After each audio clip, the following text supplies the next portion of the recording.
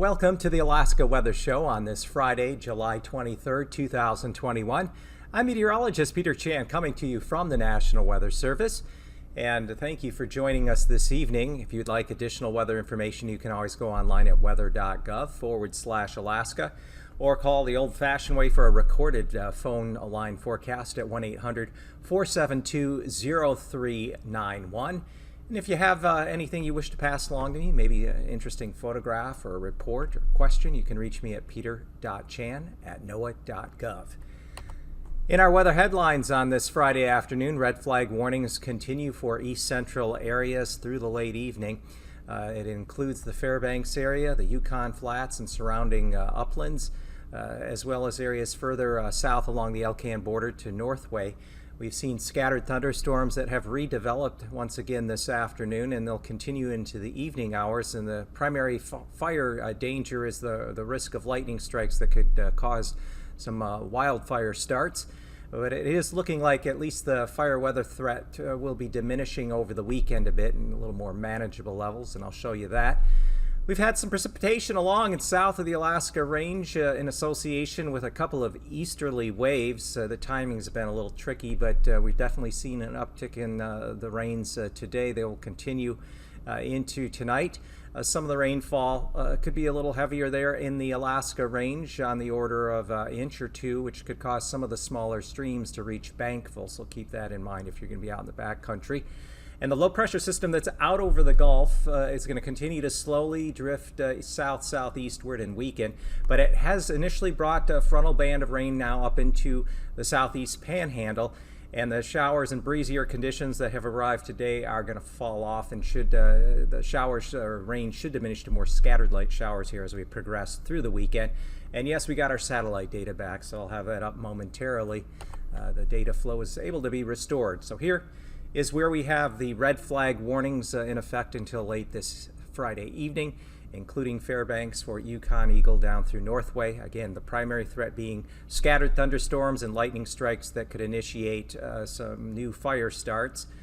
Other than that, we do have some thunderstorms also up along the eastern Brooks Range and even up along the eastern Arctic coast there. And the storms, especially on the south slopes there, the Brooks Range north of Fort Yukon up around Arctic Village will be continuing. Also other storms back to the west, Tanana down and southwest too as you get along and just west of the Alaska Range. A few have popped up there. So here's where the potential exists for significant fire starts, and for this Friday it's been due to lightning from scattered thunderstorms. The area enhanced in red through east central areas, but as you go to the next day, Saturday, that comes down back to the low risk, so that's good news. And certainly with a little cooler temperatures in place over the weekend, east central areas will see that fire danger lessening, along with the fact that the thunderstorm coverage, even though there still could be an isolated storm pop back up over the weekend, not as widespread as this Friday and back on Thursday. So in the satellite imagery, yes, it's back. You can see that counterclockwise circulation over the Gulf of Alaska.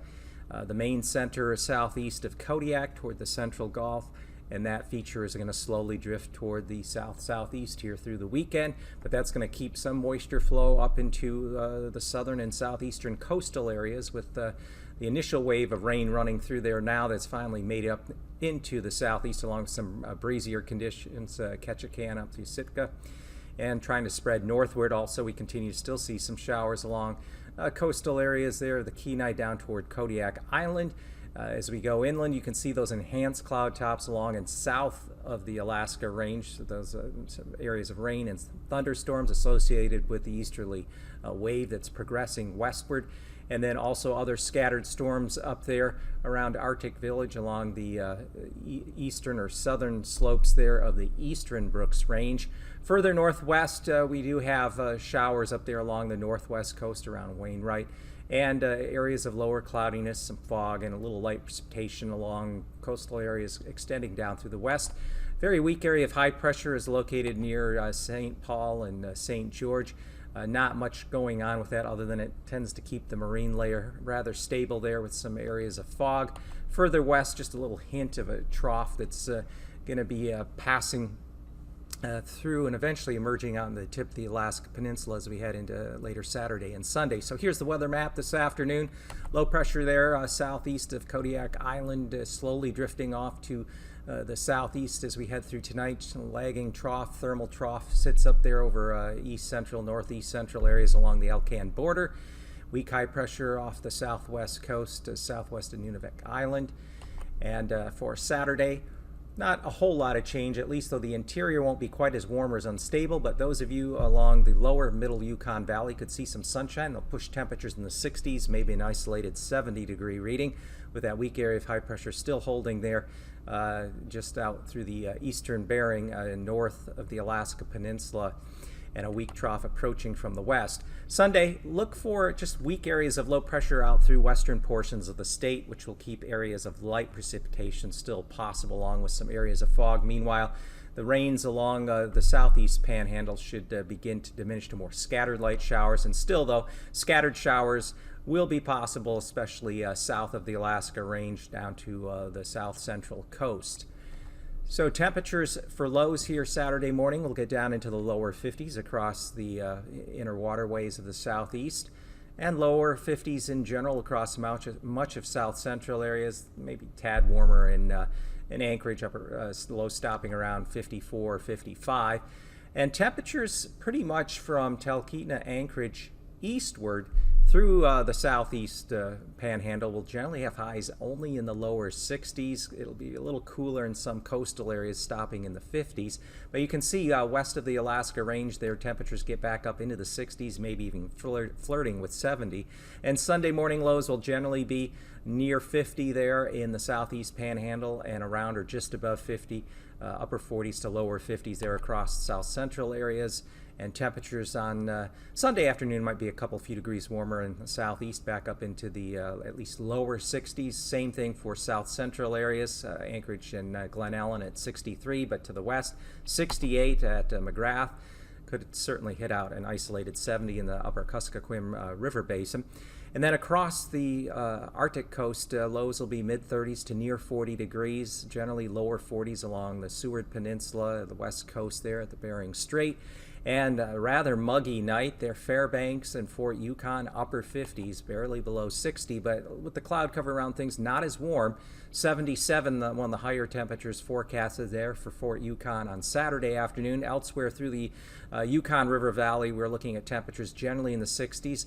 And along the Arctic coast, highs will generally be in the 40s to around 50 degrees. Sunday morning lows, most areas along the Arctic coast, upper 30s to lower 40s, lower mid-40s, Seward Peninsula, and generally around 50 degrees in the Yukon River Valley. And temperatures Sunday afternoon, comfortable, lower to maybe mid-70s, Fairbanks, Eagle, and Fort Yukon, with other areas generally in the 60s. A little cooler again along the northwest and west central coast. And then finally in the southwest, Saturday morning lows will dip down generally into the mid-upper 40s across much of the interior, near 50 places like Dillingham and King Salmon, and upper 40s out across the Aleutians. For Saturday afternoon, temperatures be a little better there, especially the Kuskokwim River Basin, generally in the 60s with an isolated 70-degree reading, but still, as would be expected, 50s along the west coast there near the water, and then highs generally in the low to mid-50s out in the Aleutians. And on Sunday morning, lows across the entire region generally in the upper 40s to near 50 degrees. And high temperatures on Sunday afternoon, again, back up in the 60s across the interior.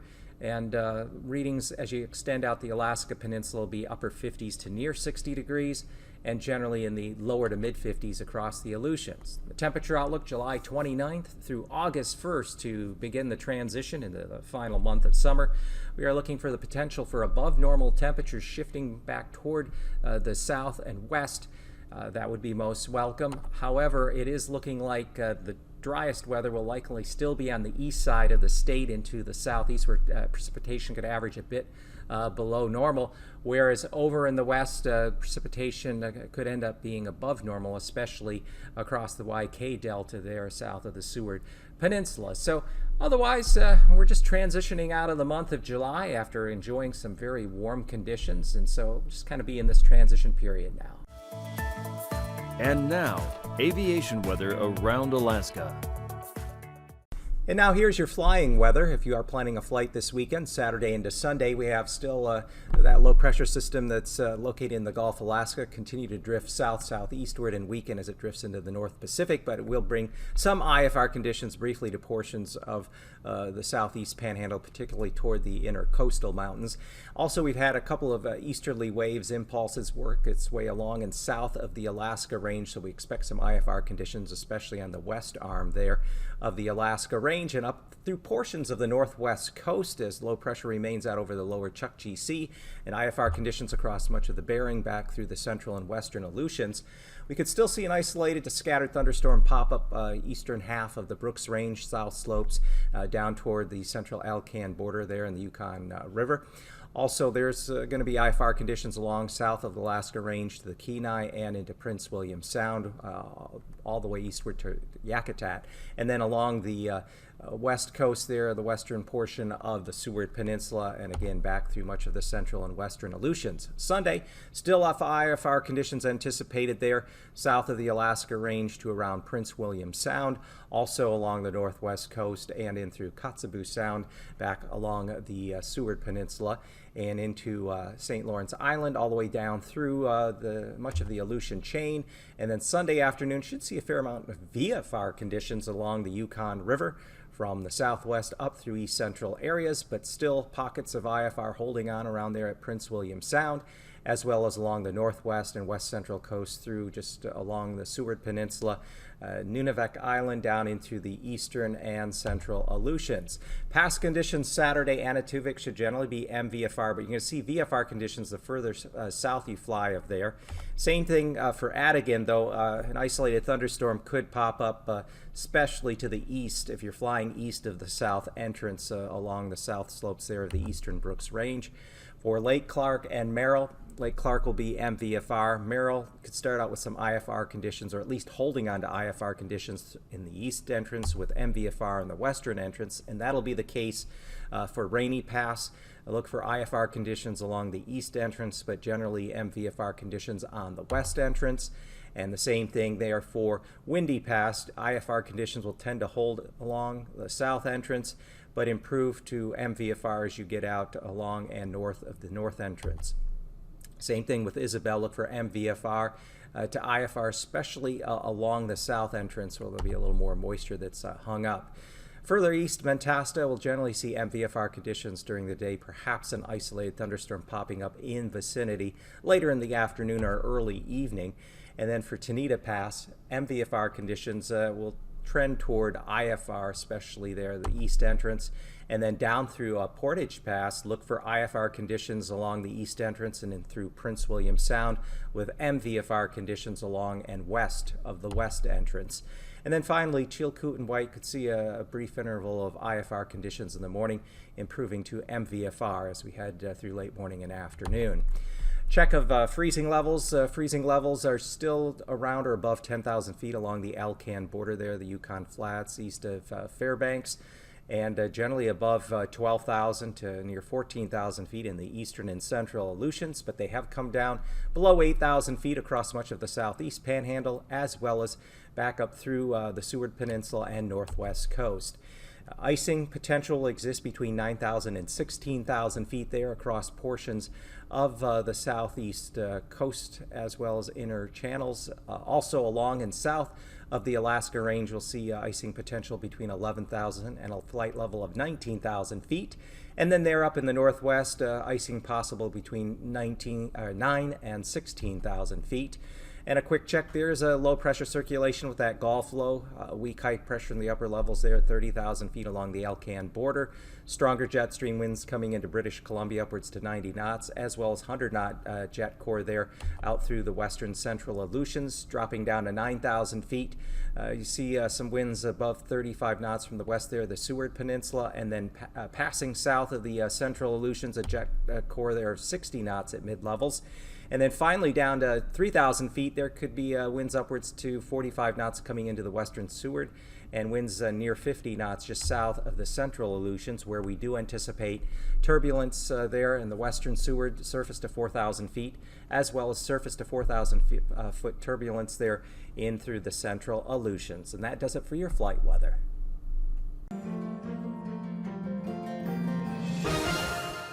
Welcome back to another edition of Alaska Weather Facts. I'm Dave Snyder, and joining me again is Cindy Preller. She's the Tsunami Program Manager for Alaska Region's National Weather Service. Thanks again for joining us, Cindy. Thanks for having me back, Dave. Sure thing. And I love saying Tsunami Program Manager for Alaska's National Weather Service because that's not weather. Why is the Tsunami Program part of the National Weather Service?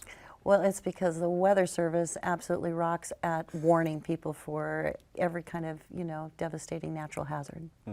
The mission of the Weather Service is to protect life and property.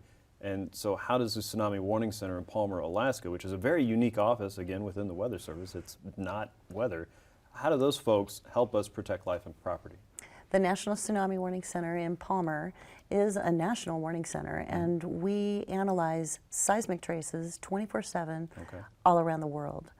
So when there's an earthquake anywhere on the planet, we see it and analyze it within minutes. Within minutes, and Within there's minutes. actually a goal to have it under, was it 5 minutes? If there is a tsunami warning to be issued for continental America, we must get that out, or shoot to get that out in 5 minutes. Okay. Now that's not something I have ever learned to do, so I know it would be a struggle for me to do that under probably hours, but it is fascinating to watch, and the office is open on a regular basis for tours, right? Absolutely, come by Friday. Okay. Yep, every Friday at 1, 2, and 3 p.m. and they're open public free tours. And it's the most interesting place on the planet. You really should check it out. Okay, and the office team is made up of people that are earth scientists, not meteorologists or atmospheric scientists. Talk about some of the types of people that work there. Right, we are out of place in our National Weather Service, but we are geologists, geophysicists, oceanographers. We even have an astrophysicist on board, computer software architects, electronic technicians that are brilliant and innovative. Our software is all written in-house. Our instrumentation is designed in-house. So it's a really, really unique place, and it's just a couple handfuls of people that work there. So sure. Yeah. One of my favorite ways to get a tsunami alert message is on Twitter. Right. And I can follow the Twitter address, and we'll put that up on the screen for you there. But it's usually a very quick message that tells you initially what the magnitude of an earthquake could be and about where its epicenter was. What are some of the other ways that you can get that alert message? Well, Twitter's my favorite too. Yeah. And you don't even need a Twitter account to receive Right. it. So That's it just comes in like an SMS message. But you can also receive it via email, weather radio, of course, the crawler on your television screen, on the internet, Google Alerts. Right. Marine radio if you're out in harbors and boats. Actually, marine radio is probably, Yeah, it is a good one. that's our partnership with the Coast Guard. We're really grateful for that, absolutely. But there's a variety of ways in dissemination. Okay. And locally, excuse me, I'm sorry, but Sure. locally in the communities, the sirens will go off as well. Right. So lots of different ways to get that very important message very quickly when that matters to you. One of the ways that the Warning Center practices with communities is a test on a yearly basis, right? Right. How does that work? Thanks for bringing that up. It's a controversial issue, but it's super important to help us warn better and really serve Alaskans. So the week of March 27th, the commemoration of the 1964 event, for that week we have a Tsunami Preparedness Week every year. We like communities to get out and do drills and practice and do everything we can to raise awareness. And part of that is a live code test where we actually issue the warning message live and we activate the emergency alert system, which means sirens go off, the TV crawler happens, and it's a test. We're doing everything that would normally happen without the real threat of the tsunami, just to practice as much as possible. Right, and this is a major partnership with the State of Alaska, Department of Homeland Security and Emergency Management, the Emergency Operations Center, and the Alaska Broadcasters Association. Without the media, we wouldn't be able to do this. So the three groups really work tightly together to to do our best to warn, educate the public that this is happening, so they don't wonder and get scared about it. It has been remarkable what we've learned. I mean, it pretty much breaks somewhere every time, but then we fix it, and it gets better. So a quick example is just a few years ago, we used to, when we issued a message, it would activate the entire state. Right? I mean, Kotzebue, Nome, Bethel, everybody would be in tsunami warning. And so now we can regionalize it to where the actual event is taking place. That's pretty huge. Right. So identifying points of failure and also points of success, and making sure we continue down that successful path so that folks are warned as quickly and accurately as possible. Absolutely. And, you know, to get our communities involved to prep themselves, prep their businesses, prep their tourism, prep their schools, you know, just make this an annual thing they need to be doing.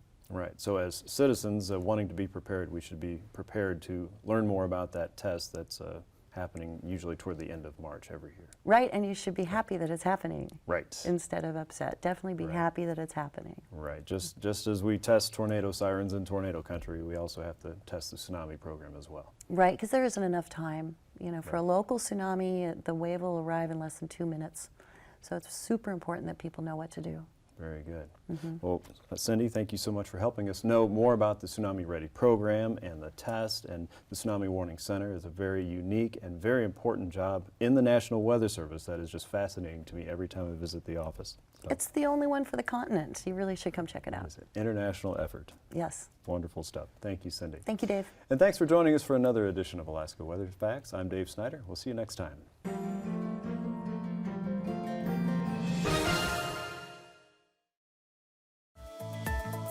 And now, marine weather around Alaska. Well, in marine weather, we start out with the sea ice edge, and we continue to have a fair amount of open water there across much of the lower Chukchi Sea. There is a little appendage of some ice that's drifted out there into the south and from off of the Russian coast. Otherwise, we expect not a whole lot of ice movement. The area of low pressure continues to remain fairly stationary over the lower Chukchi Sea. With some slow melting anticipated as we go through the weekend, and a little bit of ice movement perhaps toward the west-northwest along the Arctic coast. Taking a look at what we have for the marine forecast for the southeast panhandle, low pressures out over near the central portion of the Gulf. Southeast winds for the inner canals 10 to 15 knots, waves 2 to 3 feet. Along the Gulf Coast of the southeast there, we're looking at winds of 10 to 15 knots and waves generally right around 5 feet. On Sunday, winds will continue from the south-southeast across the inner channels at 10 to 15 knots and waves generally around a couple, maybe a few feet up there in Lynn Canal. And winds will fall off along the Gulf Coast, generally from the southeast at 10 knots. 4-foot waves south of Gustavus, but west of Yakutat, variable winds only around 5 miles an hour and waves a few feet. Winds are also going to be coming down across the south-central coastline and out over the Gulf offshore of the Kenai. Winds will be variable, 10 knots, waves 4 feet, only a couple feet Prince William Sound. And then somewhat of a southerly component up the length of Cook Inlet at 15 to 20 knots and waves 3 to 4 feet, maybe 5 in a couple spots. And then on Sunday, winds continue to be rather light and variable around 10 knots across much of the north end of the Gulf, with waves only a few feet. And in the Kenai, again, a southerly component to the wind, either southeasterly, southerly, or southwesterly going up the length of it, and at 15 knots and waves only a couple few feet. Also, winds will be dying off there off on the Pacific and Gulf side of the Alaska Peninsula, 15 to 20 knots from the northwest and waves 4 to 6 feet. But as we get into the Bering side, we are looking at winds variable around 10 knots north of Cold Bay, 3-foot waves, and onshore there 15 knots, Port Huyton, waves only 2-3 feet. Variable winds on Sunday across much of the area around Kodiak Island at 10 knots, waves only a few feet.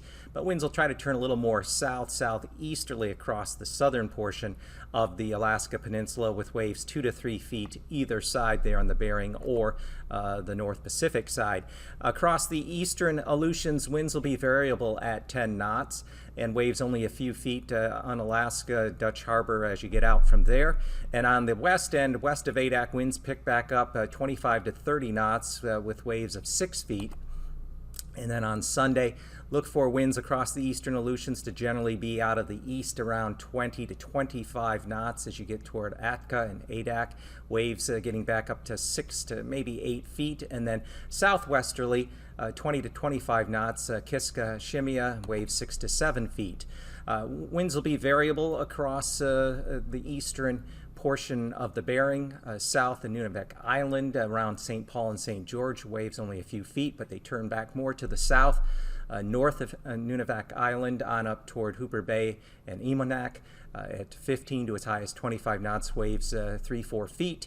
And then look for more southerly winds to reestablish there around Nunavik Island on up toward Norton Sound at 10 to 15 knots, and waves out in the open waters 3 to 5 feet. Along the Arctic coast, you'll have easterly winds 20 to 25 knots, especially east of Utqiagvik, and then along the northwest coast to the Seward Peninsula, winds will pick back up from the south, 15 to 25 knots, with waves of 4 to 5 feet north of the Bering Strait in the lower Chukchi Sea. And along the Arctic coast, winds will be a little more variable on Sunday at 10 knots. Westerly there, Prudhoe Bay eastward, but turning back toward the south again along the northwest coast down through the Bering Strait at around 20 knots, with waves of 3 to 5 feet in the lower Chukchi Sea. So on the weather map overnight, we continue to watch the area low pressure in the Gulf. That's just going to slowly sink southeastward through the weekend. Rains along the southeast panhandle will tend to diminish, and weak high pressure there out over the eastern Bering will be short-lived. Otherwise, not a whole lot of change coming up the next couple of days. Thanks for watching, and I'll be back again tomorrow night.